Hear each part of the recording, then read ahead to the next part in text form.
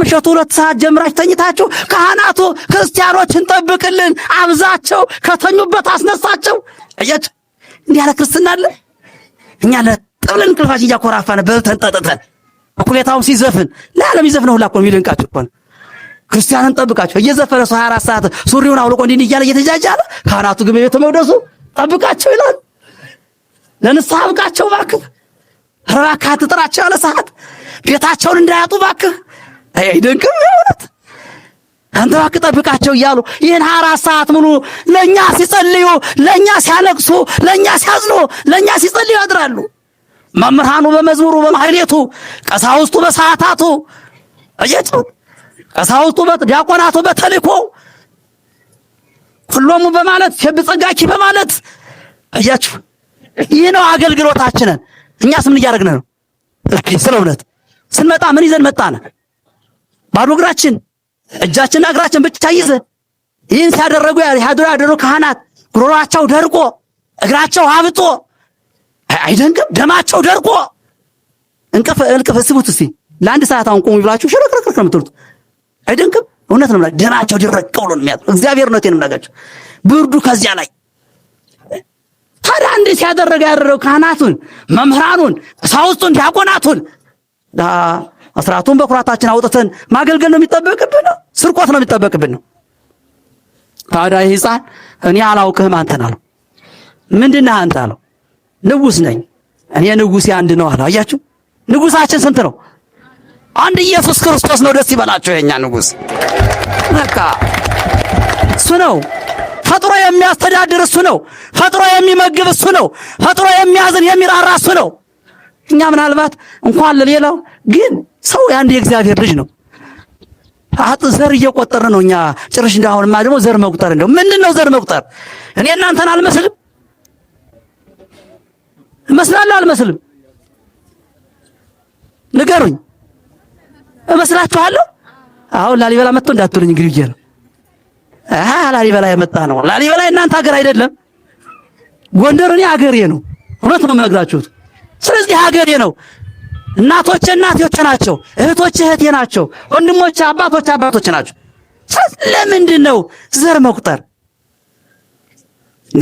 ምን ማለት ነው? ሰማያዊ እንጂ ምድራዊ ነን እንዴ? ክርስቶስ ዘር ቆጥሯል እንዴ?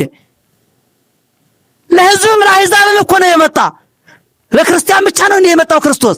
ከዚህም በኋላ ከተሰቀለ በኋላ ያመነብኝ ሁሉ ይድናናል። አበቃ። ይሄ ነው እንግዲህ። ከዚያም በኋላ እኛ ወይኔ ተወለደው እዚህ ያለው ፒያሳ ያለውና ፒያሳ ነው ያዘዘው ደግሞ በእንትና የመጣው ምን አይነት ነው ግን?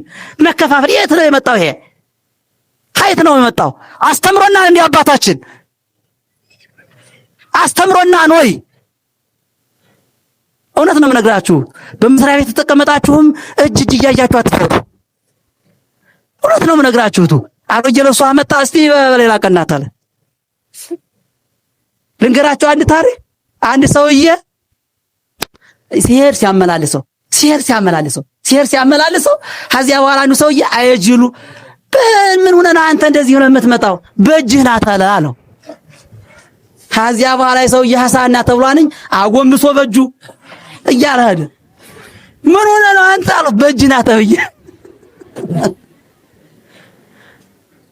አያችሁ በእጅህ ናት ተብዬ አጎንብሰና ነው እንዲህ አለው። ጥሩ የሆነ ብር ይዘና ተለፈርድልሃለሁ አለው። በእጅህ አጎንብሰና ተላላለው። ለምንድን ነው እንዲህ አድርገን የምንፈርደው? እግዚአብሔር በዚህ ዓለም ሲያስተዳድር አንድ ቀን ጉቦ ተቀብሎ ያውቃን ወይ? አንድ ቀን ፊቱን አዙሮብን ያውቃን ወይ? ኃጢአት እየሰራን እየገደን ወንድሙን ደሙን አፍሶ ሲሄድ ዝም ይላል? ዝም እኮ ነው የሚለው እግዚአብሔር። አይደንቅም?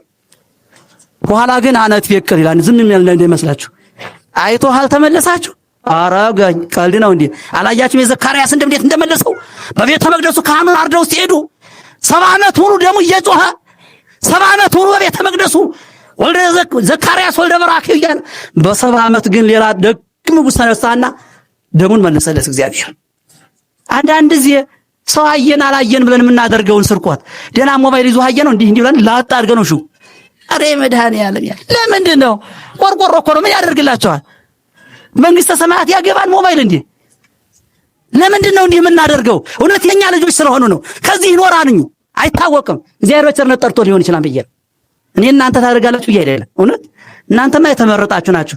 እንደ ስንዴ ተመርጣችሁ እግዚአብሔር መርጣችሁ ጥሪውን አክብራችሁ ፈጣሪያችሁን ወዳችሁ ወደዚህ የመጣችሁ እናንተ ታደርጉታላችሁ። በፍጹም አላደርግም። ግን ያው ወሬው እንዲደርስ ብዬ ነው። እናንተማ ምርጦች ናችሁ፣ የእግዚአብሔር ቤተሰቦች። እንደምን ቆያችሁ?